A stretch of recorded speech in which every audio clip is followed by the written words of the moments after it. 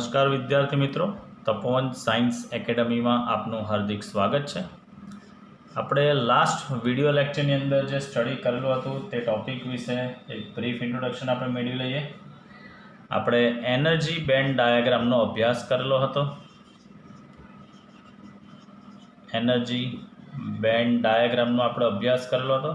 આ energy band ડાયાગ્રામમાં આપણે અવાહક અને વાહક પદાર્થોનો અભ્યાસ કરેલો હતો। ત્યારબાદ આપણે एक्सट्रिंसिक अर्धवाहक विषय આપણે અભ્યાસ કરી ગયા છે। एक्सट्रिंसिक अर्धवाहक વિશે આપણે અભ્યાસ કરી ગયા છે। તેની અંદર આપણે પેન્ટાવેલેન્ટ અને ટ્રાઇવેલેન્ટ સંયોજકતાના નામ આપણે અભ્યાસ કરેલા હતા। ત્યારબાદ આપણે અભ્યાસ કરેલો હતું એન પ્રકારનું અર્ધવાહક। આ એન પ્રકારનો અર્ધવાહક અને બીજો એક અભ્યાસ કરેલો હતો આપણે પી પ્રકારનો અર્ધવાહક। આને અંદર જે ઇમ્પોર્ટન્ટ વસ્તુ જે છે તે ફરી પાછું તમને બ્રીફમાં કહી દઉં છું। એન પ્રકારના અર્ધવાહકમાં આપણે ઉમેરેલી હતી પેન્ટાવેલેન્ટ અશુદ્ધિ, જેવી કે ફોસ્ફરસ, આર્સેનિક, એન્ટીમની। પેન્ટાવેલેન્ટ અશુદ્ધિ ઉમેરી એટલે આપણે જોઈ ગયેલા હતા કે એની અંદર સિલિકોનને જરૂરી છે 4 પરમાણુની, 4 ઇલેક્ટ્રોનની। એક વધારાનો ઇલેક્ટ્રોન સ્ફટિકને દાન કરે છે, જેથી એને આપણે ડોનર પ્રકારની અશુદ્ધિ કીધેલું હતું। એની અંદર ઇલેક્ટ્રોનની સંખ્યા ઘનતા વધારે અને હોલની સંખ્યા ઘનતા ઓછી, એનો અભ્યાસ કરી ગયા। ત્યારબાદ પી પ્રકારના અર્ધવાહકમાં આપણે ટ્રાઇવેલેન્ટ અશુદ્ધિ ઉમેરેલી હતી। ટ્રાઇવેલેન્ટ અશુદ્ધિની અંદર આપણે નામ લખેલા હતા ઇન્ડિયમ, બોરોન, એલ્યુમિનિયમ, ગેલિયમ। સિલિકોનને જરૂરી છે 4 ઇલેક્ટ્રોનની, આપણે ઉમેરેલું હતું એલ્યુમિનિયમ। એલ્યુમિનિયમની પ્રોસેસ એલ્યુમિનિયમ જે ઉમેરી એટલે સિલિકોનને 3 ઇલેક્ટ્રોન મળે। હજી એક વધારાના ઇલેક્ટ્રોનની ત્યાં ઉણપ વર્તાતી હતી, જેને આપણે નામ આપેલું હતું હોલ્સ। અને એની અંદર પ્રવાહનું વહન મેજોરિટી ચાર્જ કે હોલ્સને લીધે થતું હોવાથી આપણે અંદર લખેલું હતું, યાદ કરો, NH ગ્રેટર દેન N એટલે હોલની સંખ્યા ઘનતા વધારે અને ઇલેક્ટ્રોનની સંખ્યા ઘનતા ઓછી, એવો આપણે અભ્યાસ કરી ગયેલા હતા અને તફાવતનો સંદર્ભ આપણે ડિસ્કસ કરેલો હતો। હવે આજે જે આપણે ડિસ્કસ કરવાનું છે તે બેન્ડવાદના આધારે એન અને પી પ્રકારના અર્ધવાહક। બેન્ડવાદમાં 2 આપણે લઈશું, 0 કેલ્વિન તાપમાને અને ઓરડાના તાપમાને એન અને પી પ્રકારના અર્ધવાહકોની પહેલાં આપણે ચર્ચાથી શરૂઆત કરીશું। તો આજનો પહેલો સવાલ, એન પ્રકારના અર્ધવાહકનો 0 કેલ્વિન તાપમાને અને ઓરડાના તાપમાને આપણે બેન્ડ ડાયાગ્રામ સમજવાનો છે। તો બેઝિકલી શરૂઆત કરીએ તો આની અંદર તમને ખબર જ છે કે બેન્ડ ડાયાગ્રામની અંદર કન્ડક્શન બેન્ડ અને વેલેન્સ બેન્ડ જે આપણે બેઝિક ભણી ગયા છે, પણ એન પ્રકારના અર્ધવાહકમાં આપણે ડોનર પ્રકારની અશુદ્ધિ ઉમેરીએ છીએ, જેનું પણ કંઈક ઉર્જા સ્તર હોય છે। તો પહેલાં આપણે સમજૂતી કેળવીએ।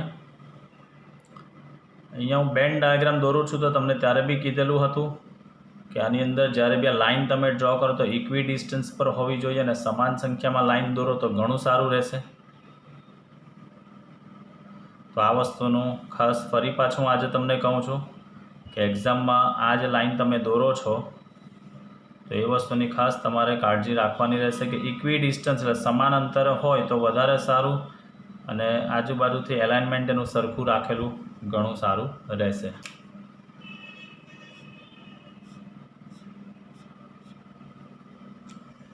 ચલો, આપણે ભણી ગયા છે કે નીચે જે હશે તે વેલેન્સ બેન્ડ હશે, ઉપર જે હશે તે આપણું કન્ડક્શન બનશે, અને આ જે બ્લુ માર્કરથી જે દોરેલું છે તે ડોનર અશુદ્ધિ આપણે જે ઉમેરી છે તેનું પણ ઉર્જા સ્તર હશે, જેની અંદર આ ઇલેક્ટ્રોન જે છે તે આ રીતે અંદર હશે। અને યાદ કરો, આપણે એવું ભણી ગયા છે કે 0 કેલ્વિન તાપમાને વેલેન્સ બેન્ડ સંપૂર્ણ ઇલેક્ટ્રોનથી ભરાયેલું હોય છે। એટલે આ જે ડાયાગ્રામ જે છે તે આપણો 0 કેલ્વિન તાપમાને ડાયાગ્રામ છે એન પ્રકારના અર્ધવાહકનો। અને આ વચ્ચે જે છે તે તમને ખબર જ છે કે આ યાદ કરો આપણું ફોરબિડન ગેપ જે જોવા મળે છે તે।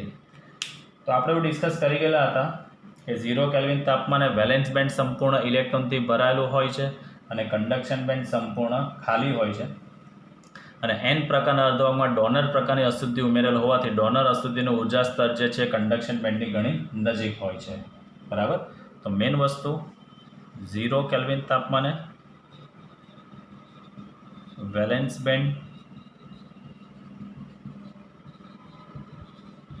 સંપૂર્ણ ભરાયેલ અને कंडक्शन बेंड संपूर्ण खाली होय छे। આ n પ્રકારના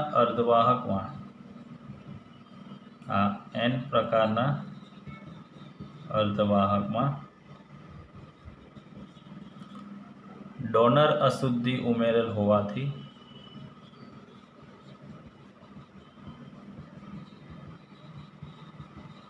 તેનો ઉર્જા સ્તર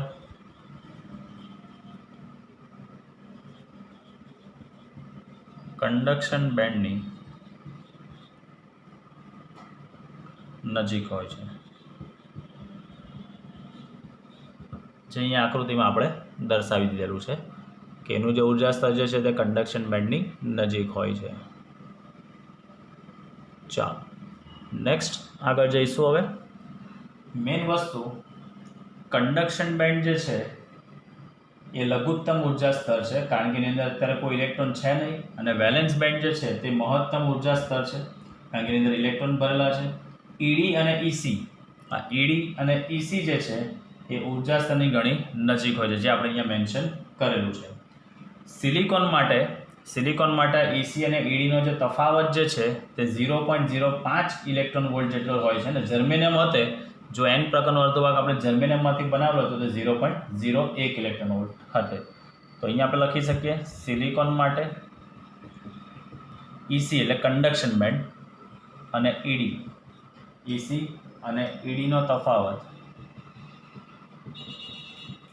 0.05 ઇલેક્ટ્રોન વોલ્ટ, અને જર્મેનિયમ માટે ઈસી અને ઈડીનો તફાવત જે છે એ 0.01 ઇલેક્ટ્રોન વોલ્ટ જેટલો હોય છે. ચાલો હવે આ ઈસી અને ઈડીનો જે તફાવત છે ખૂબ જ નાનો હોય, એટલે 0 કેલ્વિન તાપમાનની જગ્યાએ આપણે રૂમ ટેમ્પરેચર પર લઈ જઈએ તો આટલી ઉર્જા અહીંયા ડોનર અશુદ્ધિના જે ઇલેક્ટ્રોન છે તેને સંક્રમણ કંડક્શન બેન્ડમાં કરવું હોય તો સિલિકોન માટે 0.05 ઇલેક્ટ્રોન વોલ્ટ અને જર્મેનિયમ માટે 0.01 ઇલેક્ટ્રોન વોલ્ટ જોઈએ. હવે આટલી જે લઘુત્તમ ઉર્જા જે છે તે તો એને ઓરડાના તાપમાને પણ એને મળી જ આવશે, એટલે જેવું આપણે 0 કેલ્વિન તાપમાન પરથી રૂમ ટેમ્પરેચર પર જઈશું તો તરત જ આ ઇલેક્ટ્રોન સંક્રમણ કરીને કંડક્શન બેન્ડમાં સંક્રમણ ચાલુ કરી દેતા હોય છે. હવે બેઝિકલી આપણને ખબર જ છે કે n પ્રકારનો અર્ધવાહક એટલે અર્ધવાહકની અંદર બેન્ડ ગેપ એનર્જી જે છે આ ફોરબિડન ગેપનું ઉર્જા સ્તર <3 ઇલેક્ટ્રોન વોલ્ટ હોય છે.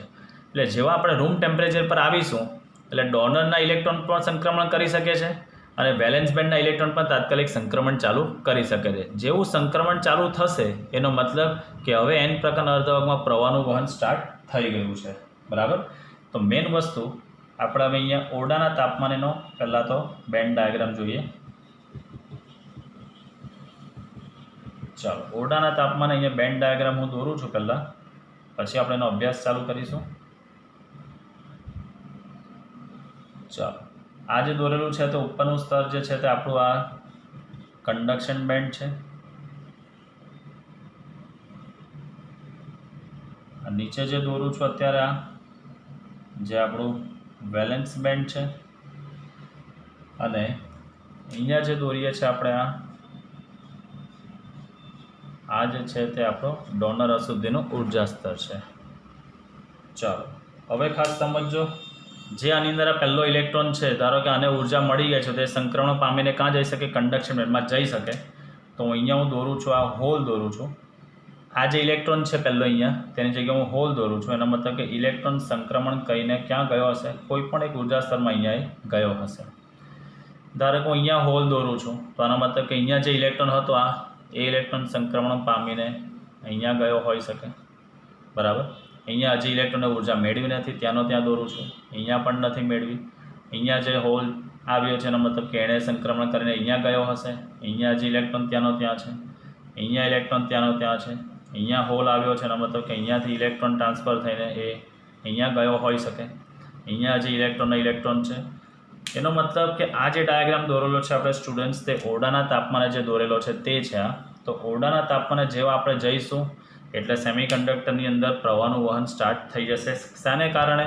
કે વેલેન્સ બેન્ડના ઇલેક્ટ્રોન પણ કંડક્શન બેન્ડમાં સંક્રાંતિ ચાલુ કરશે અને ડોનર અશુદ્ધિના ઉર્જા સ્તરના જે ઇલેક્ટ્રોન છે તે પણ કંડક્શન બેન્ડમાં સંક્રમણ ચાલુ કરશે. કારણ કે તમે જોઈ શકો તો એસી અને ઈડીનો જે ડિફરન્સ છે સિલિકોન અને જર્મેનિયમ માટે ઘણો ઓછો છે. તો બેઝિકલી મેઇન વસ્તુ કે સિલિકોન કે જર્મેનિયમ માટે આ ઈસી અને ઈડીનો જે તફાવત જે છે એ ખૂબ જ નાનો હોવાથી ઈસી અને ઈડીનો તફાવત ખૂબ જ નાનો હોવાથી જેવું આપણે તાપમાન વધારીશું એટલે કહી શકાય કે ઈસી અને ઈડીનો તફાવત ખૂબ જ નાનો હોવાથી તાપમાન વધારતા જે વેલેન્સ બેન્ડ છે એ વેલેન્સ બેન્ડના ઇલેક્ટ્રોન ઉપરાંત જે ઈડી સ્તર છે ઈડી સ્તરના ઇલેક્ટ્રોન એ કંડક્શન બેન્ડમાં સંક્રાંતિ કરે છે, કંડક્શન બેન્ડમાં સંક્રાંતિ કરે છે અને પ્રવાહનું નિર્માણ સ્ટાર્ટ થતું હોય છે અને પ્રવાહનું નિર્માણ કરે છે. તો મેઇન વસ્તુ આ હતો એન પ્રકારના અર્ધવાહકનો 0 કેલ્વિન તાપમાને જેનો બેન્ડ ડાયાગ્રામ જે હતો તેનો આપણે સ્ટડી કરી લીધો. તો મેઇન વસ્તુ આની અંદર 0 કેલ્વિન તાપમાને અવાહક તરીકે જ વર્તે છે, કારણ કે ઇલેક્ટ્રોન વેલેન્સ બેન્ડના પણ કંડક્શન બેન્ડમાં નથી ગયા કે ડોનર સુધીના ઇલેક્ટ્રોન જે છે તે પણ કંડક્શન બેન્ડમાં સંક્રાંતિ કરીને ગયા નથી. એટલે યાદ રાખજો મિત્રો, 0 કેલ્વિન તાપમાને કોઈ પણ અર્ધવાહક જે છે તે અવાહક તરીકે જ વર્તે છે. હવે આ ડોનર અશુદ્ધિ જે આપણે ઉમેરીએ છીએ તો ઈસી અને ઈડીનો જે તફાવત જે છે તમે જોઈ શકો છો. સિલિકોન માટે માત્ર 0.05 ઇલેક્ટ્રોન વોલ્ટ છે અને જર્મેનિયમ માટે 0.01 ઇલેક્ટ્રોન વોલ્ટ છે. હવે આટલી લઘુત્તમ ઉર્જા જે છે ઇલેક્ટ્રોનને સંક્રમણ કરવા માટે જો જોઈતી હોય તો આપણે એને ઓરડાના તાપમાને લાવીશું તો તરત જ સંક્રમણ ચાલુ થઈ જશે. જેવું સંક્રમણ ચાલુ થાય એનો મતલબ કે એની વાહકતા વધે છે, એટલે એની અવરોધકતામાં શું થાય છે? ઘટાડો થાય છે. એટલે આપણે આલેખ પણ 3rd ચેપ્ટરમાં અભ્યાસ કરી ગયા છે કે અર્ધવાહકનું જેમ જેમ તાપમાન વધારીએ તેમ તેમ તેની વાહકતા વધે છે, એટલે કે અવરોધકતા ઘટે છે. બરાબર. તો મેઇન વસ્તુ ઓરડાના તાપમાનના ઈસી અને ઈડીના તફાવત જેટલી ઉર્જા તરત મેળવી લેશે એટલે ઇલેક્ટ્રોન અને હોલનું સંક્રમણ સ્ટાર્ટ થઈ જ જતું હોય છે. અને જેવું સંક્રમણ ચાલુ થાય આનું પણ થઈ શકે અને વેલેન્સ બેન્ડમાંથી બી થઈ શકે. એટલે સ્વાભાવિક વસ્તુ છે જે ઇલેક્ટ્રોનને જરૂરી ઉર્જા બેન્ડ ગેપ ક્રોસ કરીને જવાની પણ મળી શકે કે આ જે બે વચ્ચેનું ઉર્જા સ્તર જે છે સિલિકોન માટે 0.05 અને જર્મેનિયમ માટે 0.01, ધારો કે અહીંયાના ઇલેક્ટ્રોને સિલિકોન હોય તો 0.05 કરતાં ઇલેક્ટ્રોન ઉર્જા વધારે મેળવી લીધી છે એટલે સંક્રમણ એણે કરી દીધું. આ નથી ગયો એનો મતલબ કે હજી એને એટલી ઉર્જા મળી નથી, એને ઉર્જા એટલી મેળવી નથી. અહીંયાથી ગયા છે, જો અહીંયા હોલ્સ દોરેલા છે એનો મતલબ કે અહીંયાથી ઇલેક્ટ્રોન ટ્રાન્સફર થઈને ઉપર ગયા છે, તો એનો મતલબ કે જે વચ્ચે ફોરબિડન ગેપની જે ઉર્જા સ્તરનો જે ઉર્જા હોય એના કરતાં વધારે ઉર્જા આ બે ઇલેક્ટ્રોને મેળવી લીધી છે એટલે એણે સંક્રમણ ચાલુ કરી દીધું છે. સંક્રમણ ચાલુ થઈ જાય એનો મતલબ સમજી લેજો કે અંદર પ્રવાહનું વહન સ્ટાર્ટ થઈ ગયું છે. એટલે આપણે લખીએ છીએ કે એન પ્રકારના અર્ધવાહકની અંદર મેજોરિટી ચાર્જ કરેલ ઇલેક્ટ્રોન્સ અને માઇનોરિટી ચાર્જ કરેલ કયા હોય છે? હોલ્સ હોય છે. એટલે એન પ્રકારના અર્ધવાહકમાં પ્રવાહનું વહન મેજોરિટી ઇલેક્ટ્રોનને લીધે થતું હોય છે. તો આ હતો આપણો ડાયાગ્રામ સ્ટુડન્ટ્સ એન પ્રકારના અર્ધવાહકનો 0 કેલ્વિન તાપમાને અને આ જે છે તે ઓરડાના તાપમાને. બંનેમાં ડિફરન્સ એટલો જ છે કે આમાં કંડક્શન બેન્ડ સંપૂર્ણ ખાલી છે, વેલેન્સ બેન્ડ ભરાયેલું છે. જેવું ઓરડાના તાપમાને લાવીએ છીએ એટલે ઇલેક્ટ્રોનનું સંક્રમણ સ્ટાર્ટ થઈ જાય છે. બરાબર. તો આ હતો આપણો બેન્ડ ડાયાગ્રામ. હવે આપણે જોઈએ પી પ્રકારના અર્ધવાહકનો બેન્ડ ડાયાગ્રામ. ચલો નેક્સ્ટ ક્વેશ્ચન આપણે જોઈશું. પી પ્રકારના અર્ધવાહકનો 0 કેલ્વિન તાપમાને અને ઓરડાના તાપમાનેનો બેન્ડ ડાયાગ્રામ આપણે જોવાનો છે. તો બેઝિકલી પી પ્રકારના અર્ધવાહકમાં આપણને બી ખબર છે સ્ટુડન્ટ્સ કે આપણે એની અંદર ટ્રાયવેલેન્ટ એટલે કે એક્સેપ્ટર પ્રકારની અશુદ્ધિ ઉમેરીએ છીએ. તો એ ઇલેક્ટ્રોનને સ્વીકારવાની વૃત્તિ ધરાવતો હોવાથી એનું જે ઉર્જા સ્તર જે છે તે આપણે દોરીશું અહીંયા વેલેન્સ બેન્ડની નજીક, જે અહીંયા આપણે દોરેલા છે, અહીંયા હોલ્સ દોરેલા છે. એટલે આ જે ઉર્જા સ્તર છે તે એક્સેપ્ટર પ્રકારનું ઉર્જા સ્તર છે. પહેલાંમાં તો ડોનર ઇલેક્ટ્રોનને સંક્રાંતિ કરવાની હતી એટલે કંડક્શન બેન્ડની નજીક છે. અહીંયા ઇલેક્ટ્રોન સ્વીકારશે એટલે આપણે એક્સેપ્ટ વેલેન્સ બેન્ડની નજીક દોર્યું છે, કારણ કે વેલેન્સ બેન્ડ ઇલેક્ટ્રોનથી સંપૂર્ણ ભરાયેલું છે. જુઓ 0 કેલ્વિન તાપમાને વેલેન્સ બેન્ડ સંપૂર્ણ ભરાયેલું, કંડક્શન બેન્ડ સંપૂર્ણ ખાલી અને એક્સેપ્ટર પ્રકારની અશુદ્ધિનું ઉર્જા સ્તરે વેલેન્સ બેન્ડની નજીક છે. તો 0 કેલ્વિન તાપમાને વેલેન્સ બેન્ડ સંપૂર્ણ ભરાયેલ, કંડક્શન બેન્ડ સંપૂર્ણ ખાલી હોય છે. આ પી પ્રકારના અર્ધવાહકમાં આપણે એક્સેપ્ટર અશુદ્ધિ ઉમેરેલ હોવાથી તેનું ઉર્જા સ્તર વેલેન્સ બેન્ડની નજીક હોય છે, બરાબર. એટલે ચેન્જીસ જ કરેલા છે, એની અંદર કોઈ નવા બીજો મેજર વસ્તુ ઇન્ક્લુડ કરવાની નથી, જસ્ટ આપણે ચેન્જીસ જ કરવાના છે. હવે મેઇન વસ્તુ 0 કેલ્વિન તાપમાને આ પી પ્રકારનું અર્ધવાહક પણ અવાહક તરીકે જ વર્તે છે. જેવું આપણે ઓરડાના તાપમાને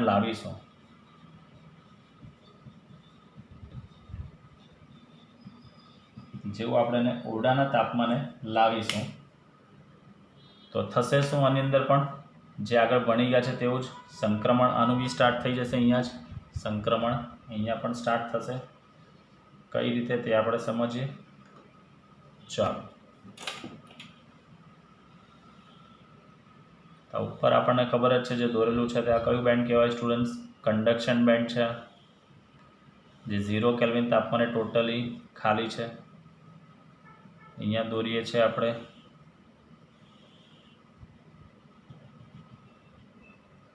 વેલેન્સ બેન્ડ, જેમાંથી સંક્રમણ સ્ટાર્ટ થશે. અને અહીંયા દોરીએ છીએ આપણે પેલું એક્સેપ્ટર અશુદ્ધિનું ઉર્જા સ્તર. તો ધારો કે અહીંયા ઇલેક્ટ્રોન આવ્યો છે, તો એનો મતલબ કે અહીંયા જે ઇલેક્ટ્રોન છે આ લાસ્ટ, તે આપણે માની લઈએ કે અહીંયા સંક્રાંતિ કરીને ગયો હશે. આ કયા તાપમાનની વાત છે? ઓરડાના તાપમાને. કોઈ ઇલેક્ટ્રોન એવો બી હોઈ શકશે કે જે ડાયરેક્ટ સંક્રાંતિ પામીને ગયો હોઈ શકે, બરાબર. અહીંયા કોઈ જે હોલ છે ત્યાં ઇલેક્ટ્રોન આવ્યો હશે, તો એનો મતલબ કે અહીંયાથી ઇલેક્ટ્રોન ત્યાં ઉપર ગયો હશે. અહીંયા જે હોલ છે એનો મતલબ કે કોઈ ઇલેક્ટ્રોન આવ્યો નથી. અહીંયા જે હોલ છે કોઈ ઇલેક્ટ્રોન આવ્યો નથી, બરાબર. અહીંયા પણ હજી હોલ છે, કોઈ ઇલેક્ટ્રોન આવ્યો નથી. અહીંયા કોઈ ઇલેક્ટ્રોન જે છે ત્યાં હોલ આવી ગયું છે, એનો મતલબ કે સંક્રાંતિ કરીને ડાયરેક્ટ ઉપર કન્ડક્શન બેન્ડમાં ગયો હોઈ શકે, બરાબર. ચાલો, અહીંયા કોઈ ઇલેક્ટ્રોન હજી ત્યાંનો ત્યાં છે જેણે સંક્રાંતિ કરી નથી. અહીંયા કોઈ ઇલેક્ટ્રોન એવો છે જે પણ હજી ત્યાંનો ત્યાં જ છે.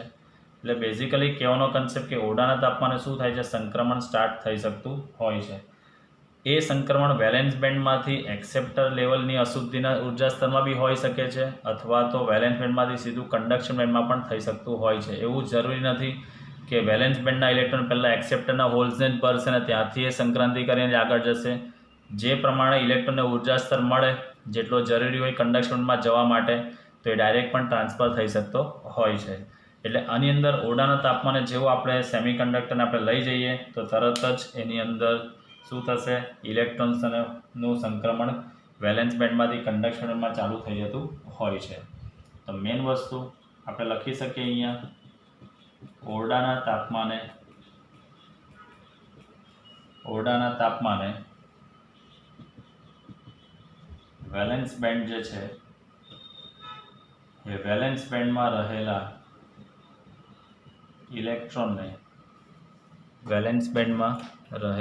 ઇલેક્ટ્રોનને પૂરતી ઉર્જા મળતા તેઓ એક્સેપ્ટર પ્રકારની અશુદ્ધિ EAના હોલ્સમાં સંક્રાંતિ કરે છે.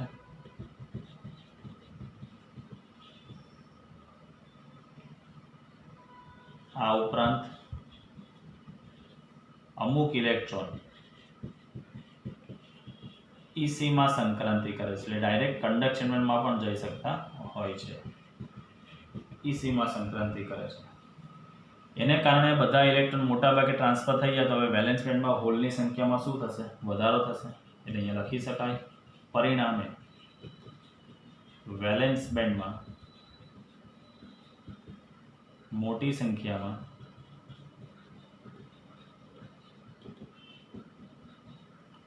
હોલ ઉત્પન્ન થાય છે. વેલેન્સમાં મોટી સંખ્યામાં હોલ ઉત્પન્ન થાય છે. હવે જેટલામાં હોલ્સ વધારે હોય એટલે સ્વાભાવિક વસ્તુ છે કે એની અંદર શું આવવાનું છે? ઇલેક્ટ્રોન આવવાનું છે. તો ઇલેક્ટ્રોનને મુક્ત રીતે હરવા ફરવાની સંભાવનામાં શું થાય? વધી જાય. અહીંયા લખી શકાય આથી ઇલેક્ટ્રોનને મુક્ત રીતે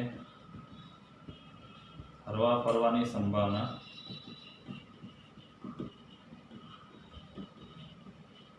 વધી જાય છે. આની અંદર મોટાભાગે પ્રવાહનું વહન કોને લીધે થતું હોય છે? હોલ્સને લીધે. એટલે આની અંદર આપણે લખી શકીએ કે આની અંદર શું હશે students? NH is always greater than શું હશે? Na, જે આપણને ખબર છે જસ્ટ સમજવા માટે. તો આ હતું આપણું જે પી પ્રકારના અર્ધવાહકનો 0 કેલ્વિન તાપમાને અને ઓરડાના તાપમાને બેન્ડ ડાયાગ્રામ. તો આની અંદર અને પી પ્રકારના એન પ્રકારના ડિફરન્સ હતો. પહેલામાં ડોનર અશુદ્ધિનો ઉર્જા સ્તર ઉપર દોરેલો હતો, અહીંયા એક્સેપ્ટર ઉર્જા સ્તર છે. પહેલામાં બધા ઇલેક્ટ્રોન્સ હતા, અહીંયા બધા હોલ્સ છે. બંનેનો એક પોઈન્ટ કોમન કે 0 કેલ્વિન તાપમાને બંને અવાહક તરીકે જ વર્તે છે. બરાબર. પહેલાંને પણ આપણે પી એન પ્રકારના અર્ધવાહકને પણ આપણે રૂમ ટેમ્પરેચર પર લઈને આવીએ, એટલે ડોનર અશુદ્ધિનો ઉર્જા સ્તર બી કન્ડક્શન બેન્ડમાં જાય અને વેલેન્સ બેન્ડના બી ડાયરેક્ટ સંક્રાંતિ કરે. આને પણ આપણે ઓરડાના તાપમાને જેવું લાવીએ છીએ, એટલે વેલેન્સ બેન્ડના ઇલેક્ટ્રોન એક્સેપ્ટરમાં પણ જઈ શકે છે અથવા તો ડાયરેક્ટ કન્ડક્શન બેન્ડમાં પણ સંક્રાંતિ કરી શકે છે. જેટલી સંક્રાંતિ વધારે થાય એટલે અહીંયા વેલેન્સ બેન્ડમાં હોલ્સ વધારે થાય, એનો મતલબ કે ઇલેક્ટ્રોનને હરવા ફરવાની જગ્યા વધી જશે, પ્રવાહનું વહન એટલું વધારે તમને રેપિડલી જોવા મળશે. એટલે સંક્રમણનો રેશિયો જે છે, જેટલો રેપિડલી તમારું ટેમ્પરેચર ઇન્ક્રીઝ થાય અને મેક્સિમમ થતું જાય તો પ્રવાહના વહનમાં પણ એટલો વધારો થતો હોય છે. એટલે પ્રવાહમાં આપણે જોઈએ કે સંક્રમણ જેટલું વધે એટલું પ્રવાહના મૂલ્યમાં વધારો થતો હોય છે.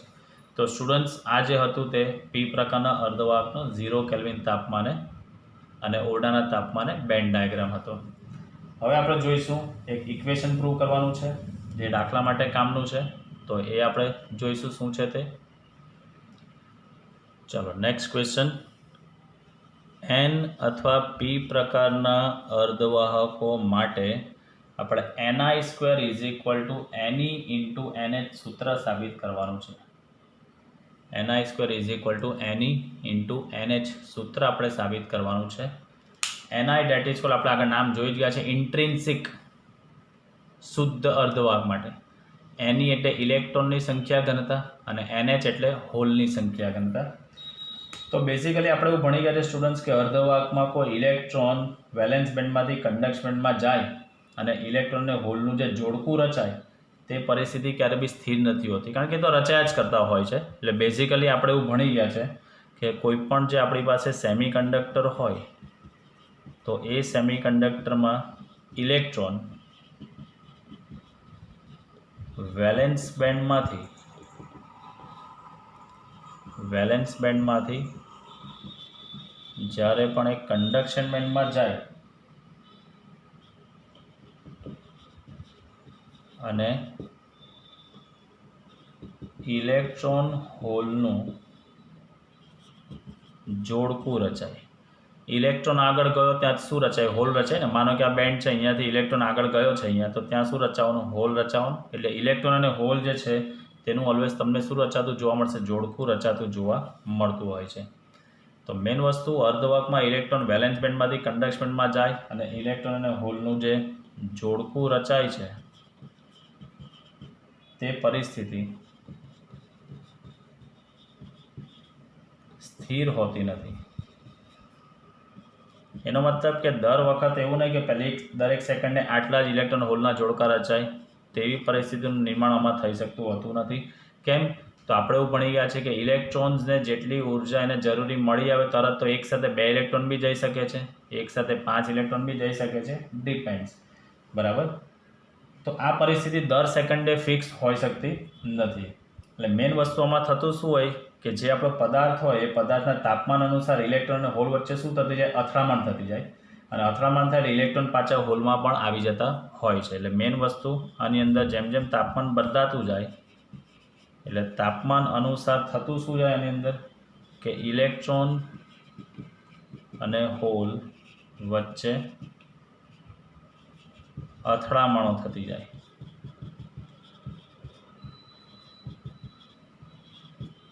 અને ઇલેક્ટ્રોન જે છે ઇલેક્ટ્રોન એ પાછા હોલમાં આવી જતા હોય છે.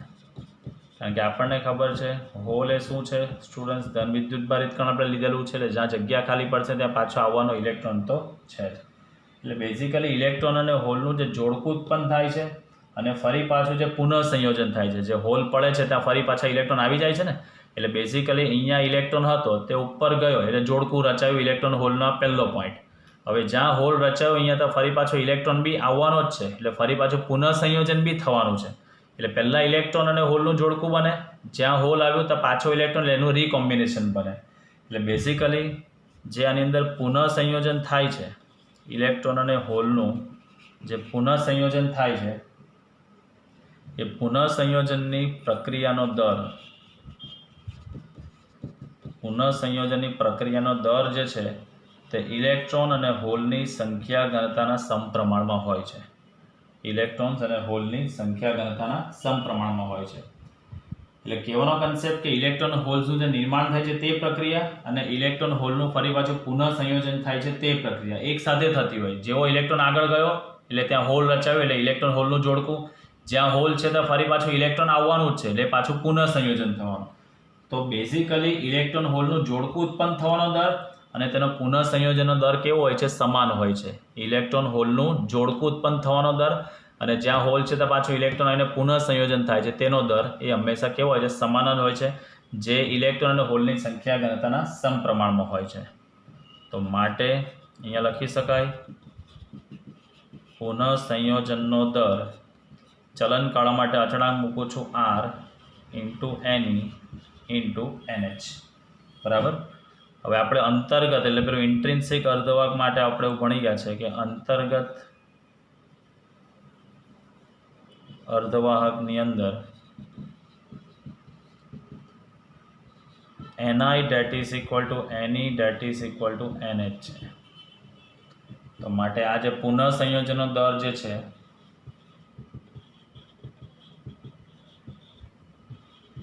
પુનઃસંયોજનનો દર is equal to R into અહીંયા Neની જગ્યાએ બી Ni લખી શકું, આ NHની જગ્યાએ બી હું Ni લખી શકું. તો Ni બે વાર થશે એટલે Ni².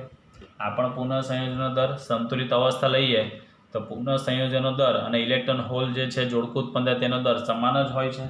એટલે હું લખી શકું છું R × Ni² is equal to R × Ne × NH. R cancel કરી દઈએ તો આપણે લખી શકીએ છીએ કે Ni² that is equal to Ne × NH. Ni² that is equal to Ne × NH.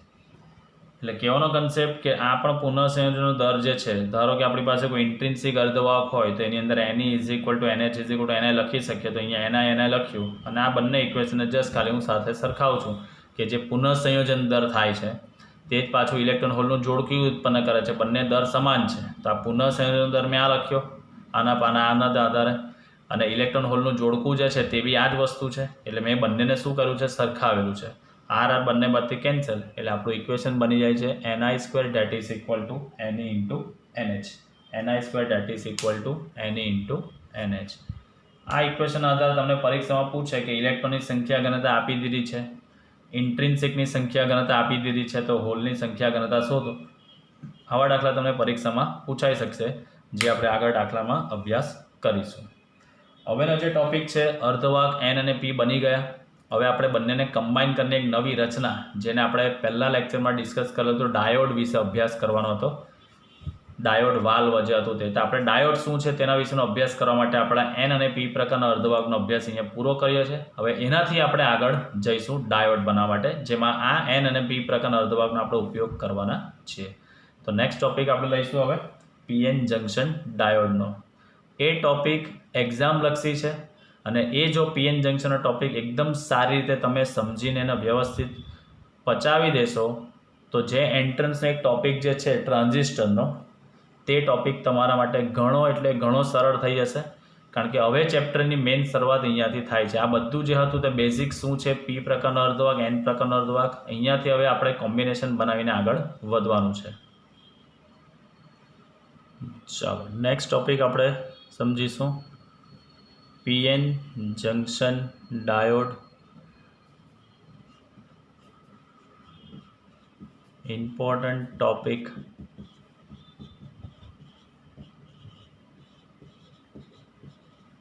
for your board exam.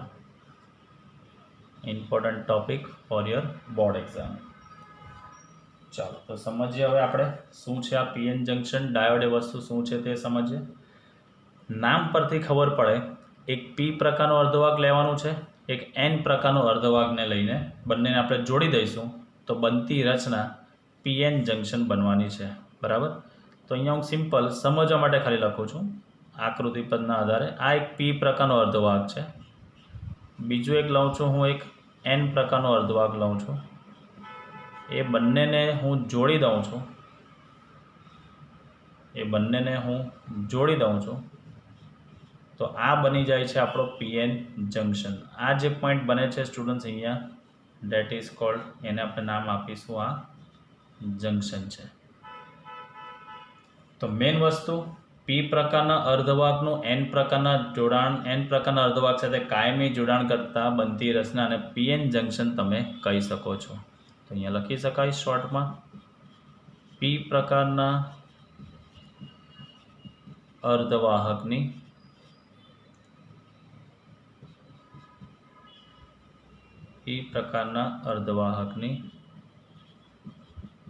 N પ્રકારના અર્ધવાહક સાથે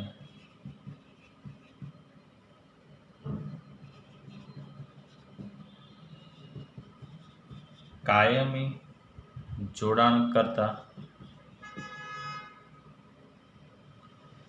P પ્રકારના અર્ધવાહકની N પ્રકારના અર્ધવાહક સાથે કાયમી જોડાણ કરતા બનતી રચનાને PN જંક્શન આપણે કહી શકીએ છીએ.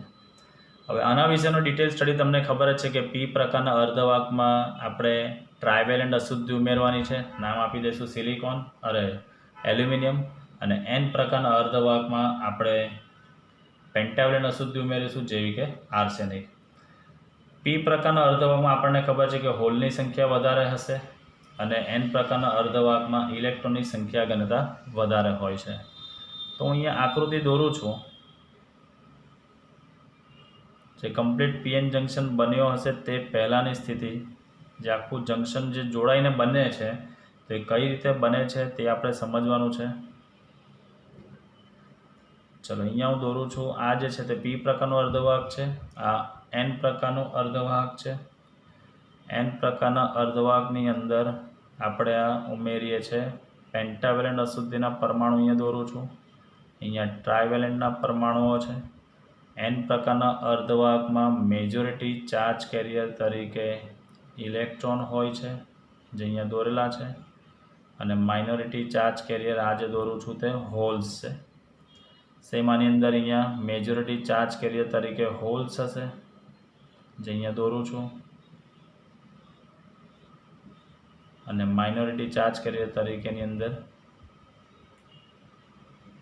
ઇલેક્ટ્રોન છે.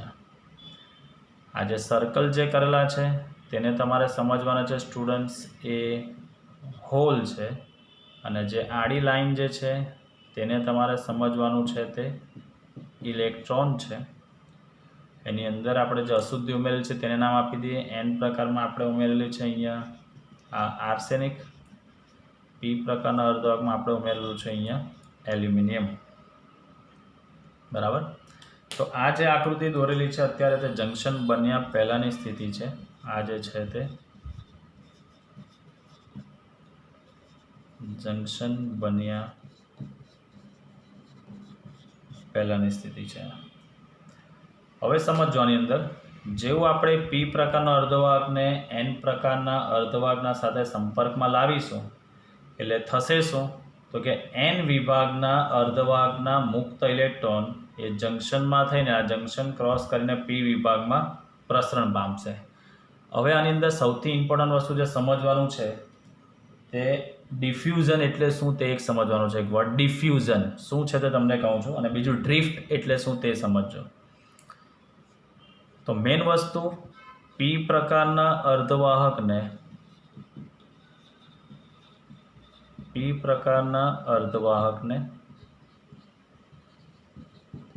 N પ્રકારના અર્ધવાહકના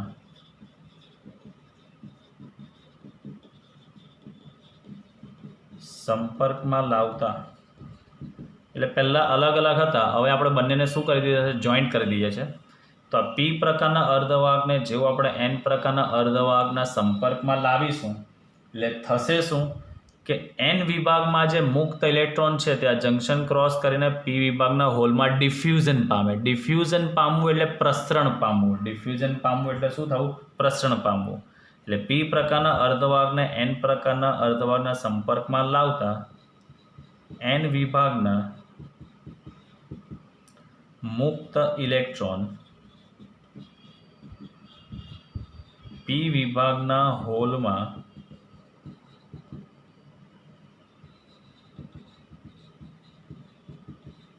ડિફ્યુઝન પામે છે. હવે અહીંયા એક ઇંગ્લિશ વર્ડ છે. આ ડિફ્યુઝનની ક્રિયા થાય એટલે કે ડિફ્યુઝન થવું એટલે એને કહેવામાં આવે છે પ્રસરણની ક્રિયા કહેવામાં આવે છે. એટલે પહેલાં અલગ અલગ હતા, હવે બંનેને જેવા આપણે સાથે લાવીએ છીએ એટલે એન વિભાગના મુક્ત ઇલેક્ટ્રોન જંક્શન ક્રોસ કરીને પી વિભાગના હોલ્સને ભરી દેશે. તો સ્વાભાવિક વસ્તુ છે કે હોલ્સ જે છે તે ક્યાં આવશે? ઇલેક્ટ્રોન તરફ સંક્રાંતિ કરશે. બરાબર છે. બેઝિકલી હોલ જે સંક્રાંતિ નહીં કરે તેવું નહીં સમજવું હોય તો અહીંયાથી ઇલેક્ટ્રોન અહીંયા ગયો તો અહીંયા જગ્યા ખાલી પડી, તો એ ખાલી જગ્યામાં શું સર્જાવાનું? હોલ્સ. પણ ટેક્સ્ટબુક ઓરિએન્ટેડ આપણે જોઈએ તો એન વિભાગના ઇલેક્ટ્રોન્સ પી વિભાગના હોલમાં પ્રસરણ પામે અને પી વિભાગના હોલ્સ જે છે તે એન વિભાગના ઇલેક્ટ્રોન તરફ સંક્રાંતિ પામતા હોય છે. બરાબર. એટલે બેઝિકલી જેવું આપણે આની અંદર એકબીજાને એન અને પી પ્રકારના અર્ધવાહકને એકબીજાની નજીક આપણે લાવીએ છીએ તો એન અર્ધવાહકના મુક્ત ઇલેક્ટ્રોન જંક્શનમાંથી પી વિભાગમાં ડિફ્યુઝ પામે અને પી વિભાગના હોલ્સ જે છે તે એન વિભાગમાં ડિફ્યુઝ પામતા હોય છે. એટલે અહીંયા આપણે લખી શકીએ કે એન વિભાગના મુક્ત ઇલેક્ટ્રોન પી વિભાગના હોલમાં ડિફ્યુઝન પામે છે અને પી વિભાગના હોલ્સ જે છે પી વિભાગના હોલ્સ જે છે એ એન પ્રકારના અર્ધવાહકમાં એટલે એન વિભાગમાં ડિફ્યુઝન પામે છે. ડિફ્યુઝનનું વહન ઓલવેઝ યાદ રાખવાનું. ડિફ્યુઝન એટલે પ્રસરણ પામવું. ઇલેક્ટ્રોન જે છે એનમાંથી પી તરફ થશે અને હોલ્સ પીમાંથી એન તરફ ડિફ્યુઝ થતા હોય છે. ડિફ્યુઝ એટલે પ્રસરણની ક્રિયા. હવે આ ડિફ્યુઝનની ક્રિયા જેમ જેમ ચાલુ રહે તેમ તેમ અહીંયાના ઇલેક્ટ્રોન અહીંયા જશે એટલે જંક્શન જે છે આ વચ્ચે જે લાઈન દોરેલી છે સ્ટુડન્ટ્સ આજે જંક્શન છે. તો જંક્શનના નજીકના એરિયામાં શું થશે? અહીંયા બધા ઇલેક્ટ્રોન આવી જશે અને અહીંયા બધા શું આવી જશે? હોલ્સ. સમજો. એની આકૃતિથી આપણે સમજીશું. તો અહીંયા લખું છું હવે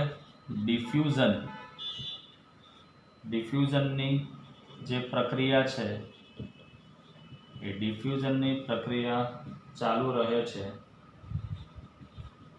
તે દરમિયાન જંક્શન પાસેના પી વિભાગના વિસ્તારમાં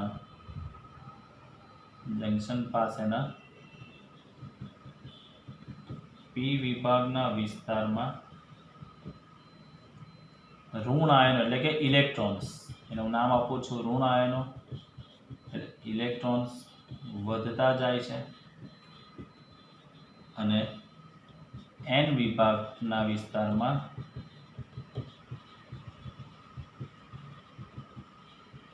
ધન આયનો એટલે જેને આપણે નામ આપીશું હોલ્સ વધતા જાય છે. તો ડિફ્યુઝન બાદની સ્થિતિની આકૃતિ આપણે દોરીએ સમજવા માટે. અહીંયા તો ડિફ્યુઝન બાદ તમને શું જોવા મળશે તે અહીંયા દોરું છું. આ આપણું વચ્ચે જંક્શન છે તે જ છે. આ પી વિભાગ, આપણો એન વિભાગ. તો હવે ડિફ્યુઝન બાદની સ્થિતિમાં આપણે જોઈએ તો અહીંયાના ઇલેક્ટ્રોન અહીંયા ગયા હશે એટલે અહીંયા જે છે અમુક એરિયામાં માની લઈએ કે અહીંયા એક સ્તરનું નિર્માણ થયું હશે. આટલા જંક્શનના પી વિભાગના નજદીક એરિયામાં અને એન વિભાગના નજદીક એરિયામાં એક સ્તરનું નિર્માણ થયું હશે. એ સ્તરનું આપણે નામ આપીશું શું છે તે. અહીંયા શું હતું? મેજોરિટી ચાર્જ કેરિયર આપણા હોલ્સ છે તે તો અહીંયા રહેવાના જ છે, પાછળ જે છે તે જ. અને માઇનોરિટીની અંદર શું રહેશે? હવે ઇલેક્ટ્રોન્સ. અહીંયા ઇલેક્ટ્રોન્સ તો હતા જ અને માઇનોરિટીમાં શું દોરેલો હતો? આપણે અહીંયા હોલ્સ દોરેલા હતા. હવે અહીંયા ડિફ્યુઝનની ક્રિયા ચાલુ થઈ એટલે જંક્શનમાંથી ઇલેક્ટ્રોન અહીંયાથી અહીંયા સંક્રાંતિ કરીને અહીંયા ગયા હશે એટલે અહીંયા હવે પી વિભાગમાં જંક્શન પાસેના નજીકના એરિયામાં શું થઈ ગયું હશે? વધારે ઇલેક્ટ્રોન્સ અહીંયા ગોઠવાયેલા છે. જુઓ આજે દોરેલું છું તે. અને એન વિભાગમાં એટલા શું અહીંયા આવ્યા છે? હોલ્સ. આ બે ઇલેક્ટ્રોન છે તો અહીંયા બે હોલ્સ. આ રીતે, બરાબર. તો બેઝિકલી સમજવાનું શું છે કે ડિફ્યુઝનની પ્રક્રિયા ચાલુ રહે તે દરમિયાન અહીંયાના ઇલેક્ટ્રોન જંક્શન ક્રોસ કરીને પી વિભાગમાં ગયા એટલે આ જંક્શનના નજદીક એરિયામાં અહીંયા બધા ઇલેક્ટ્રોન્સ ગોઠવાશે અને હોલ્સ આ બાજુ આવેલા એન વિભાગમાં જંક્શનની નજદીકના એરિયામાં આટલામાં હોલ્સ સમાઈ જતા હોય છે. એટલે હવે આમ પી વિભાગમાં જે છે તે હવે શું આવી જશે, ઋણ આયન વધારે જમા થતો જાય અને એન વિભાગમાં વધારે શું જમા થતો રહેશે, ધન આયન જમા થતો જશે, બરાબર. એટલે મેઇન વસ્તુ અહીંયા લખી શકાય એટલે કે પી વિભાગમાં અને એન વિભાગમાં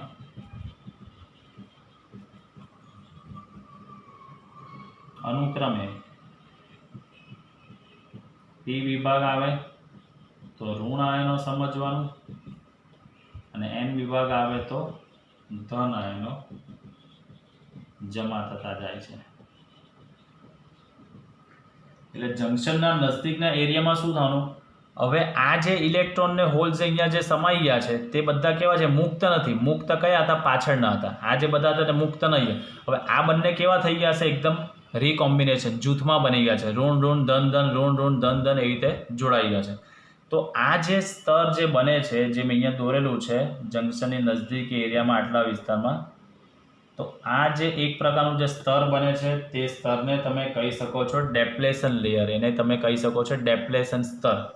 આ જે એક સ્તર જે બન્યું છે તે સ્તરનું નામ હોય છે, જેને આગળની થિયરીમાં બી લઈશું આપણે, ડેપ્લેશન. આને તમે ડેપ્લેશન સ્તર કહી શકો છો, જેની અંદર ક્યારે બી આ જે ઋણ અને ધન વિદ્યુતભાર છે તે મુક્ત અવસ્થામાં હોતા નથી. આ બધા હવે કેવા ફિક્સ અવસ્થામાં. એટલે આ જે છે આખું આ ડેપ્લેશન સ્તર એક પ્રકારનું બેટરી જેવું કામ કરે, એક પ્રકારના બેટરી જેવું કામ કરે છે. એટલે કઈ રીતે, આ જે જંક્શન આ બાજુ એન વિભાગવાળો સ્તર છે તે આખો ધન બની ગયો, ધન ધનાધન ધન, અને આ જે છે તે જંક્શનને આ બાજુને બધો ઋણ ઋણાનું ઋણ એટલે કે ઋણ બની ગયો. એટલે આ જે છે તે એક પ્રકારના શેના જેવું કામ કરશે, બેટરી જેવું કામ કરશે. આ જે બનશે તે આપણો ધન છેડો બનશે અને આ જે છે તે આપણો શેનો છેડો બનશે, ઋણ છેડો. એટલે આપણે એક પ્રકારનું ડેપ્લેશન સ્તર જે છે તે વિદ્યુત ક્ષેત્ર ઉત્પન્ન કરશે. તો અહીંયા લખી શકાય મેઇન વસ્તુ કે પરિણામે જંક્શનના નજદીકના વિસ્તારમાં, જંક્શનના નજીકના વિસ્તારમાં એન થી પી તરફનું, એન થી પી તરફનું, એન થી પી તરફનું વિદ્યુત ક્ષેત્ર રચાય છે. આ જે વિદ્યુત ક્ષેત્ર રચાય છે એ વિદ્યુત ક્ષેત્રને લીધે પી વિભાગના જે ઇલેક્ટ્રોન્સ જે છે તે એન તરફ અને એન તરફના જે હોલ્સ જે છે, આ એન તરફના જે અહીંયા હોલ્સ જે છે તે જંક્શનથી પી તરફ ગતિ કરે. એટલે બેઝિકલી શું હોય, ઇનિશિયલ સ્ટેજ પર ગતિ કેવી હતી, ઇલેક્ટ્રોન આમ ગયા અને હોલ્સ આમ આવ્યા. હવે ડેપ્લેશન સ્તર જે વચ્ચે બને છે એટલે હવે અહીંયાથી ઇલેક્ટ્રોન આ બાજુ અને હોલ્સ પાછા આ બાજુ, કારણ કે આપણને ખબર છે પ્રવાહ ક્યાંથી ક્યાં છે, ધનથી ઋણ તરફ અને ઇલેક્ટ્રોન ઋણથી ધન તરફ. એટલે બેઝિકલી પહેલાં હંમેશા ડિફ્યુઝન જ થાય, પહેલાં હંમેશા ડિફ્યુઝનની ક્રિયા જ થાય છે અને ડેપ્લેશન સ્તર બની ગયા બાદ આ ઇલેક્ટ્રોન્સ અને હોલ્સ જે રચાય છે એ વિદ્યુત ભારો જે છે તે ફરી પાછું પોતાની આ અવસ્થામાં ઇલેક્ટ્રોન એન તરફ અને અહીંયાથી હોલ્સ પી તરફ જવાના પ્રયત્નો કરે. તો એ જે કહીશું તેને ડ્રિફ્ટ કહેવામાં આવે. ડેપ્લેશન પ્રારંભિક ક્રિયા છે. ડેપ્લેશન જે અહીંયા બને છે, ડિફ્યુઝન જે ક્રિયા જે થાય છે તે પ્રારંભિક ક્રિયા છે. ડિફ્યુઝન થઈને જે ડેપ્લેશન લેયર બને છે ત્યારબાદ એ ડ્રિફ્ટ થવા લાગે. ડ્રિફ્ટ થવું અને ડિફ્યુઝન થવું એ બંનેમાં ફરક છે. ડ્રિફ્ટ થવું એટલે વહન પામવું, ડ્રિફ્ટ થવું એટલે શું થવું, વહન પામવું. એટલે આ જે ડેપ્લેશન સ્તરનું જે ક્ષેત્ર રચાય છે તો આ ક્ષેત્રને લીધે થશે શું, તો આ વિદ્યુત ક્ષેત્રને લીધે પી તરફના એટલે પી વિભાગ તરફના ઇલેક્ટ્રોન આ એ એન તરફ અને એન તરફના હોલ્સ એ પી તરફ ગતિ કરે છે. વિદ્યુતભારની આ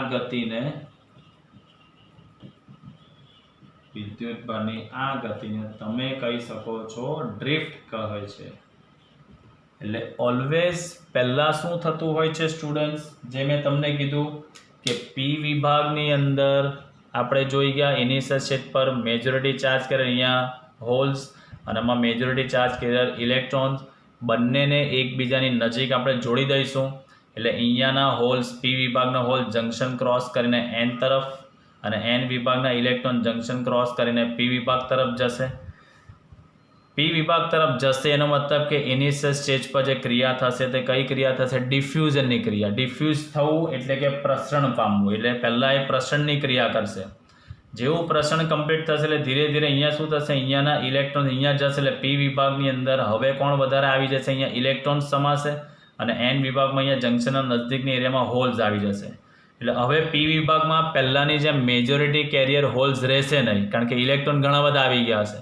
અને એન વિભાગમાં પહેલાંની જેમ મેજોરિટી કેરિયર ઇલેક્ટ્રોન હશે નહીં, કારણ કે ઘણા બધા હોલ્સ આવી ગયા હશે. જંક્શનની નજદીક એરિયામાં એન વિભાગમાં હોલ્સ આવી ગયા છે અને જંક્શનની નજદીક એરિયામાં પી વિભાગમાં ઇલેક્ટ્રોન્સ આવી ગયા છે. તો આ વચ્ચે જે આખું જે એક સ્તર બને તે કેવું બનશે? એક પ્રકારનું ડેપ્લેશન સ્તર. હવે ડેપ્લેશન સ્તર બની ગયા બાદ અહીંયા જે ઇલેક્ટ્રોન હશે, જે પાછળનો આ ઇલેક્ટ્રોન જે દોરેલા છે આડી લાઈન, પહેલાં શું હતું કે ઇલેક્ટ્રોનને સંક્રમણ કરવા માટે ફટાફટ જઈ શકતા હતા, કારણ કે ખાલી જંક્શન જ હતું. હવે વચ્ચે આખું એક સ્તર બની ગયું છે. તો હવે ડેપ્લેશન સ્તર બની ગયા બાદ આ ઇલેક્ટ્રોનને આખું જંક્શન ક્રોસ કરીને અહીંયા હોલમાં આવવું હોય, આ હોલને ભરી દેવું હોય, તો હવે એની પાસે આ એટલી ઉર્જા હોતી નથી. પહેલાં તો શું હતું? નજદીક હતા એટલે ફટાફટ ટ્રાન્સફર થઈ જતા હતા. હવે વચ્ચે આખું સ્તર બની ગયું છે. સ્તર બની ગયું છે એટલે આ ઇલેક્ટ્રોનને હવે જંક્શન ક્રોસ કરીને પી વિભાગના હોલમાં જઈ શકતા નથી. એટલે આ ડિફ્યુઝનની ક્રિયા જે છે એ થોડા સમય બાદ શું થતું હોય? આપોઆપ બંધ જ થઈ જતી હોય છે. આ ડિફ્યુઝનની ક્રિયા જે છે તે થોડા સમય બાદ આપોઆપ શું થઈ જતી હોય છે સ્ટુડન્ટ્સ? બંધ થઈ જતી હોય છે. એટલે મેઇન વસ્તુ કહેવાનો કન્સેપ્ટ, ડિફ્યુઝનની ક્રિયા એક વખત જે ચાલુ થઈ જતી હોય છે, ડિફ્યુઝનની ક્રિયા જે છે એક વખત ચાલુ થઈ ગયા બાદ ડેપ્લેશન લેયર બને અને ડેપ્લેશન લેયર બની ગયા બાદ અહીંયાના ઇલેક્ટ્રોન પી વિભાગના હોલમાં હવે સંક્રમણ કરી શકતા હોતા નથી. તો ડેપ્લેશન સ્તરની અંદર જે ઇલેક્ટ્રોન હોલ છે તે ફરી પાછા આ રીતે જવાના પ્રયત્ન કરતા હોય, તેને શું કહેવામાં આવે? ડ્રિફ્ટ કહેવામાં આવે. એટલે પહેલાં શું થતું હતું? ડિફ્યુઝન. ડિફ્યુઝન ક્યાંથી ક્યાં થાય? એનથી પી તરફ. અને ડ્રિફ્ટ ક્યાંથી ક્યાં થાય? પીથી એન તરફ. બંનેમાં કન્સિડર કરવાના છે આપણે ઇલેક્ટ્રોનને જ. એન વિભાગથી પી વિભાગ તરફ આપણા જે ઇલેક્ટ્રોન જાય છે તો એ ડિફ્યુઝન કહેવામાં આવે. અને ડેપ્લેશન લેયર બન્યા બાદ જે વિદ્યુત ક્ષેત્ર બને છે તેને કારણે અહીંયાના જે ઇલેક્ટ્રોન્સ એન વિભાગમાં પાછા આવવાના પ્રયત્ન કરતા તેને ડ્રિફ્ટ કહેવામાં આવે છે. એટલે ડિફ્યુઝનની દિશા અને ડ્રિફ્ટની દિશા પરસ્પર કેવી હોય છે? વિરુદ્ધ. ડિફ્યુઝન એનથી પી તરફ અને ડ્રિફ્ટ પીથી એન તરફ. આ રીતે આ મારો જે જમણો હાથ જે છે એ જમણો હાથ ડિફ્યુઝન બતાવે, ડિફ્યુઝન એનથી પી તરફ, અને ડાબો હાથ જે છે તે ડ્રિફ્ટ બતાવે, એ ડ્રિફ્ટ હંમેશા પીથી એન તરફ. એટલે આ રીતે હોય છે. આ જે છે તે ડિફ્યુઝન અને આ જે છે તે ડ્રિફ્ટ કહેવામાં આવે છે. એટલે બંને આ રીતે પરસ્પર કઈ દિશામાં જોવા મળે? તમને આ વિરુદ્ધ દિશામાં જોવા મળતા હોય છે. ડિફ્યુઝન અને ડ્રિફ્ટ, ડિફ્યુઝન અને ડ્રિફ્ટ, બરાબર.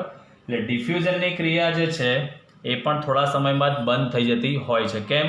કારણ કે હવે આ ઇલેક્ટ્રોન અહીંયા સંક્રમણ કરીને જલ્દી જઈ શકતા નથી. પહેલાં ખાલી નાનો જમ્પ કરવાનો હતો, હવે જમ્પ મોટો કરવાનો આવ્યો. એટલે બેઝિકલી વચ્ચે ડેપ્લેશન સ્તર બન્યો એટલે જમ્પ મોટો કરવાનો થયો.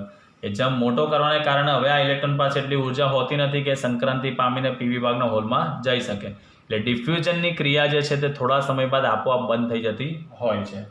આની અંદર ખાસ યાદ રાખજો સ્ટુડન્ટ્સ, ડિફ્યુઝનનો પ્રવાહ અને ડ્રિફ્ટ પ્રવાહ એ બંને પરસ્પર કેવા હોય છે? પરસ્પર વિરુદ્ધ હોય છે. અને આ પ્રક્રિયા ક્યારે બી સતત ચાલુ રહેતી નથી. જેવું વચ્ચે ડેપ્લેશન સ્તર જે છે, આ ડેપ્લેશન સ્તરની બી જાડાઈ આવે, એ જાડાઈ 0.5 માઇક્રોમીટર જેટલી બનતી હોય છે. 0.5 માઇક્રોમીટર જેટલી જાડાઈ બની જાય પછી આ ઇલેક્ટ્રોન અહીંયાથી અહીંયા સંક્રમણ કરીને આગળ જઈ શકતો હોતો નથી. એટલે ડિફ્યુઝનની ક્રિયા આપોઆપ શું થઈ જતી હોય છે? બંધ થઈ જતી હોય છે. એક પોઈન્ટ ખાસ લખી દઉં છું અહીંયા યાદ રાખવા માટે કે ડિફ્યુઝન પ્રવાહ જે છે એ ડિફ્યુઝન પ્રવાહ હંમેશા એનથી પી તરફ યાદ રાખજો, અને ડ્રિફ્ટ પ્રવાહ જે છે તે હંમેશા યાદ રાખીશું આપણે પીથી એન તરફ આપણે યાદ રાખીશું, બરાબર. ડિફ્યુઝન પ્રવાહ એનથી પી તરફ અને ડ્રિફ્ટ પ્રવાહ આપણે યાદ રાખીશું પીથી એન તરફ. એક્ઝામના પોઈન્ટ ઓફ વ્યૂથી કામનું છે. તો આઈ હોપ આ હતો પીએન જંક્શન ડાયોડ. એને શા માટે આપણે ડાયોડ કહીએ છીએ? તો આની અંદર બે ઇલેક્ટ્રોન બનશે, એનોડ અને કેથોડ, જે આપણે આગળની થિયરીમાં બનાવતા જઈશું. એટલે આને આપણે કહી શકીએ છીએ પીએન જંક્શન ડાયોડ આપણે એને કહી શકીએ છીએ. તો સ્ટુડન્ટ્સ, આ થિયરી ઘણી ઇમ્પોર્ટન્ટ છે. જરા પણ તમને કન્ફ્યુઝન લાગે તો તમે ફરી પાછું ક્વેરીઝ પૂછી શકો છો. જેમ જેમ આ જંક્શન પાસેનું ક્ષેત્ર જે છે તે ધીરે ધીરે પ્રબળ બનતું જાય એટલે ઇલેક્ટ્રોન હોલનું ડિફ્યુઝન શું થઈ જતું હશે? આપોઆપ બંધ થઈ જશે, જે મેં તમને કીધું. એટલે ડિફ્યુઝનની ક્રિયા થોડા ક્ષણ પછી બંધ જ થઈ જવાની છે. તો પહેલાં ઓલવેઝ યાદ રાખીશું, ડિફ્યુઝન થશે, જેવું જોડાણ કરીશું એટલે ઇલેક્ટ્રોન પી વિભાગ તરફ અને હોલ્સ એન વિભાગ તરફ. એ કમ્પ્લીટ જેવું થઈ જશે એટલે ધીરે ધીરે વચ્ચે આ ડેપ્લેશન સ્તર બનતું જશે, જેમાં વિદ્યુત ક્ષેત્ર જનરેટ થતું જાય. વિદ્યુત ક્ષેત્ર જેમ જેમ પ્રબળ બનતું જશે તેમ તેમ ઇલેક્ટ્રોન અને હોલનું ડિફ્યુઝન આપોઆપ શું થઈ જશે? બંધ થઈ જશે. અને પછી એ ક્ષેત્રને કારણે જે વિદ્યુતભાર વાહક અહીંયા જે છે, જે મુક્ત અવસ્થામાં નથી, તે ફરી પાછા પોતાની ગતિ પીથી એન તરફની ચાલુ કરશે, જેને આપણે ડ્રિફ્ટ કહીશું, જેને આપણે નામ આપીશું ડ્રિફ્ટ. તો આ જે હતું ડિફ્યુઝનની ક્રિયા અને ડ્રિફ્ટની ઘટના સમજાવો તો પણ આ જ થિયરી પરીક્ષામાં તમારે લખવાની રહેશે. ચાલો નેક્સ્ટ થિયરી આપણે આગળ જઈએ. ચાલો નેક્સ્ટ ટોપિક, પીએન જંક્શન ડાયોડમાં ડેપ્લેશન સ્તર અને ડેપ્લેશન બેરિયર સમજાવો. નવા વર્ડ છે. ડેપ્લેશન સ્તર શું છે તે તો આપણે જોઈ જ ગયા છે. તો હું પહેલાં પીએન જંક્શનની જે પેલી ડેપ્લેશન સ્તરવાળી આકૃતિ છે તેને અહીંયા દોરી દઉં છું.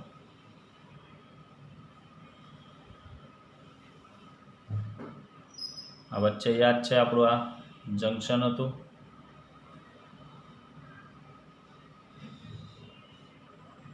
જંક્શનના બાજુ નજદીક એરિયામાં અહીંયા પેલું ડેપ્લેશન સ્તર આપણે બનાવેલું હતું.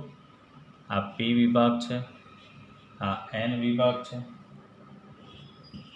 અહીંયા હું દોરું છું આ હોલ્સ. અહીંયા આપણે દોરીએ છીએ આ ઇલેક્ટ્રોન્સ. જંક્શનના નજદીક એરિયામાં આપણે જોઈ ગયા છે કે અહીંયા હશે ઇલેક્ટ્રોન્સ, અહીંયા હશે આ હોલ્સ. ચાલો, અને આપણે અહીંયા થોડા ઇલેક્ટ્રોન્સ, અહીંયા થોડા હોલ્સ. ચાલો, તો આની અંદર હવે વસ્તુ શું છે તે તમને ખબર જ છે. આ જે છે તે આપણા શું છે? ઇલેક્ટ્રોન જે છે, અને આ જે દોરેલા છે તે આપણા હોલ્સ છે. ચાલો, અને વચ્ચે જે આ બનાવેલું છે તેને તમને કીધેલું છે, શું નામ હતું? યાદ કરો, ડેપ્લેશન સ્તર. ડેપ્લેશન સ્તર એને નામ આપ્યું છે.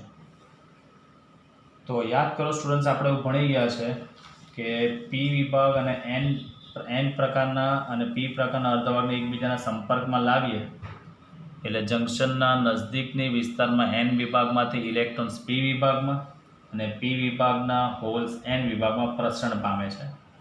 એટલે આ જંક્શનની નજીકના એરિયામાં એન વિભાગમાં મેજોરિટી કેરિયર હવે ઇલેક્ટ્રોન જે હોવા જોઈએ તે ઇલેક્ટ્રોન હવે હોતા નથી, કારણ કે હોલ્સ આવી ગયા છે. અને પી વિભાગમાં મેજોરિટી કેરિયર હોલ્સ હોતા નથી, હવે ત્યાં આવી ગયા છે ઇલેક્ટ્રોન્સ આવી ગયા છે.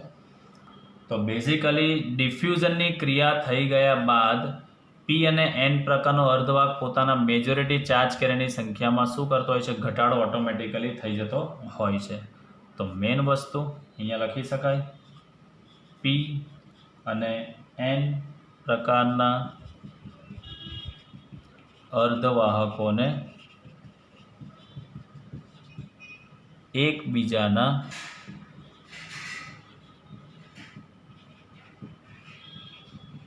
સંપર્કમાં મૂકતા જે જંક્શન છે એ જંક્શનની નજીકના વિસ્તારમાં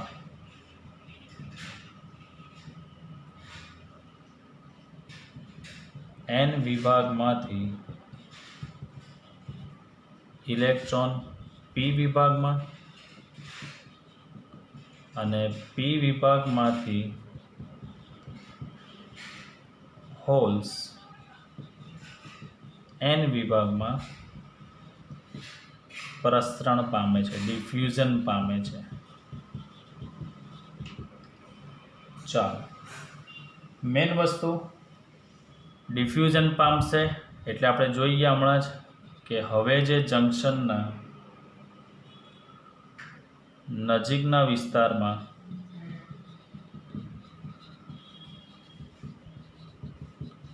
એન વિભાગમાં મેજોરિટી કેરિયર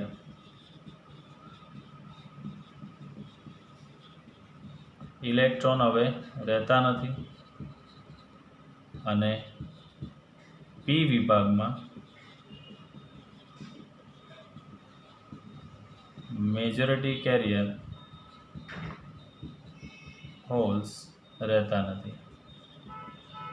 કેમ એવું થાય સ્ટુડન્ટ્સ? હમણાં જ જોઈએ કે ડિફ્યુઝન થયા એટલે આ બાજુ ઇલેક્ટ્રોન્સ વધી ગયા છે અને આ બાજુ હોલ્સ વધી ગયા છે. એટલે હવે ડિફ્યુઝન પહેલાં જે મેજોરિટી ચાર્જ કેરિયર તરીકે અલગ અલગ હતા ત્યારે જે હતું તે હવે ડિફ્યુઝન બાદ એ ક્રિયા તમારી ઓછી થઈ જશે.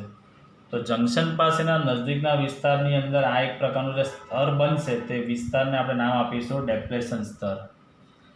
તો અહીંયા જે જંક્શન છે આપણું એ જંક્શનના જે નજીકનો વિસ્તાર છે એ જંક્શનના નજીકના વિસ્તારમાં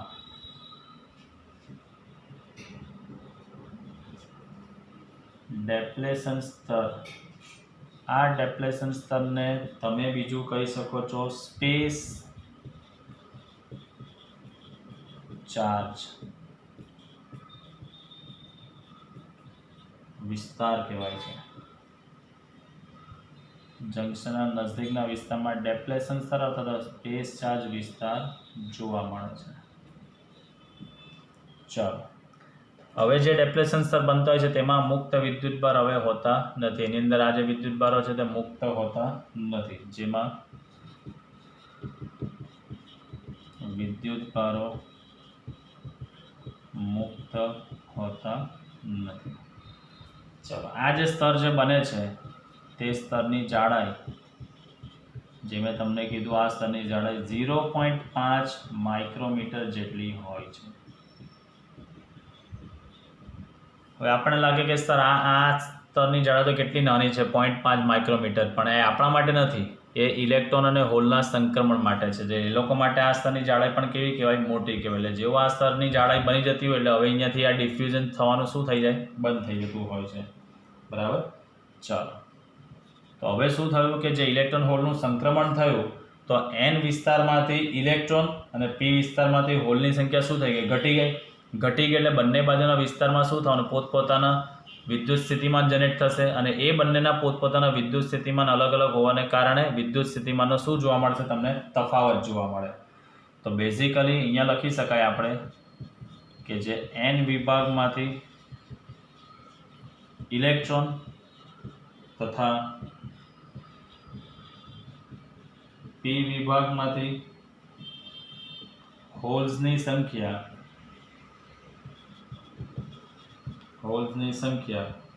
ઘટવાથી જંક્શનના બંને બાજુના વિસ્તારમાં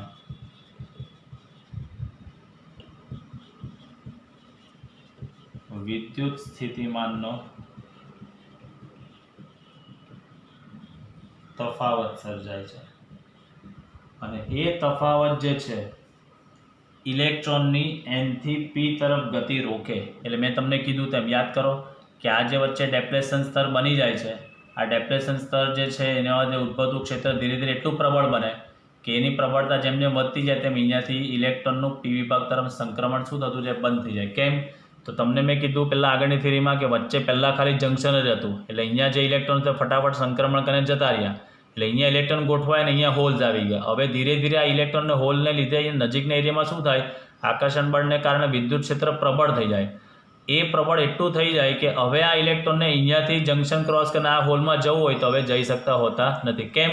કારણ કે વચ્ચે શું આવી ગયું? આખું સ્તર આવી ગયું. આખું સ્તર ક્રોસ કરીને જવાની એની પાસે હવે એટલી ઉર્જા હોતી નથી. બરાબર? તો અહીંયા લખી શકાય કે આ સ્થિતિમાન ઇલેક્ટ્રોનની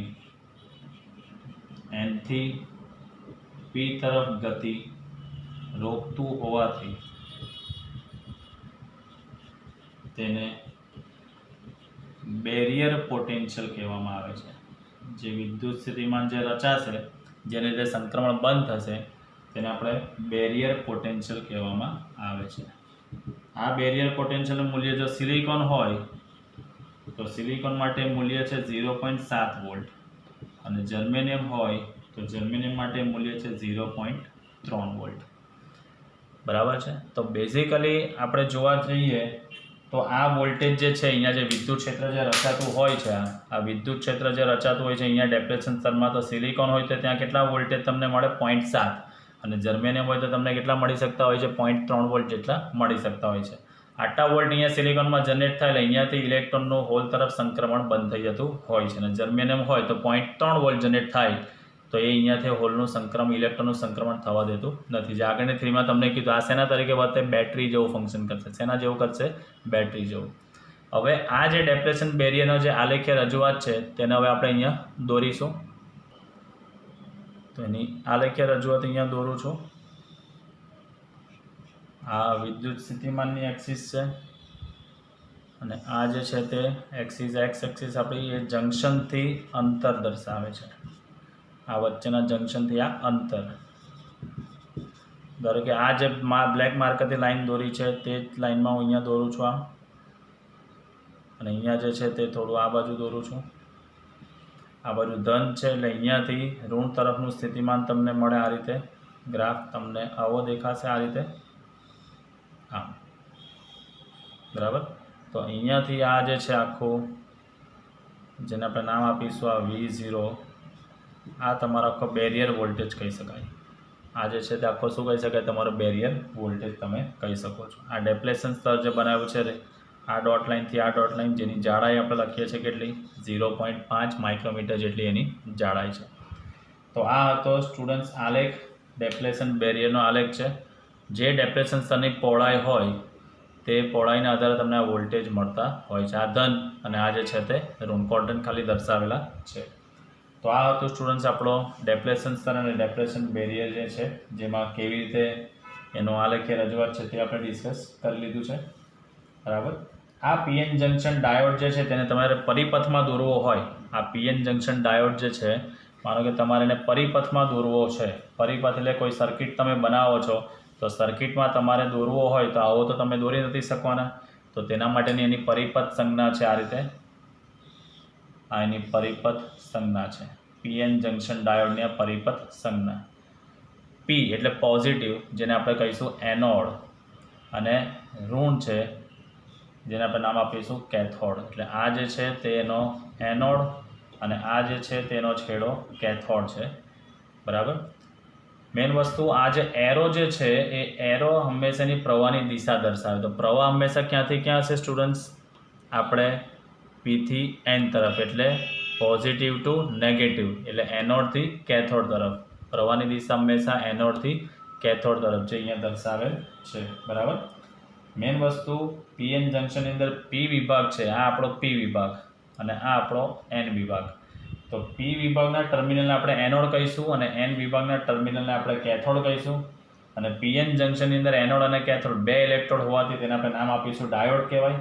અને આકૃતિમાં જે એરો દર્શાવેલો છે આ આખો જે એરોની દિશા વહેતા પ્રવાહની દિશા તમને બતાવે છે જે હંમેશા એનોડથી કેથોડ તરફની હોય છે. તો આ હતી પીએન જંક્શન ડાયોડની પરિપથ સંજ્ઞા. આ જે મેં દોરેલી છે પીએન જંક્શન ડાયોડની પરિપથ સંજ્ઞા અહીંયા દોરેલી છે. આ ખાસ વસ્તુનું ધ્યાન રાખવાનું છે. હવે મેઇન વસ્તુ એક લાસ્ટ ટોપિકને આપણે ઓરલી ડિસ્કસ કરી લઈશું કે પીએન જંક્શન ડાયોડમાં જે ડેપ્લેશન સ્તર બને છે તેની પહોળાઈ તમે ચેન્જ કરી શકો છો, એટલે વધારો ઘટાડો કરી શકો છો. તો પીએન જંક્શન ડાયોડની અંદર તમે જે ડોપિંગ પ્રોસેસ જે આપણે કરીએ છીએ જે ડોપિંગ પ્રોસેસમાં તમે ફેરફાર કરો તો સ્વાભાવિક વસ્તુ છે કે આ ડેપ્લેશન બેરિયર જે વોલ્ટેજ મળે છે તેને ડેપ્લેશન સ્તરની પહોળાઈમાં ફેરફાર કરી શકો છો.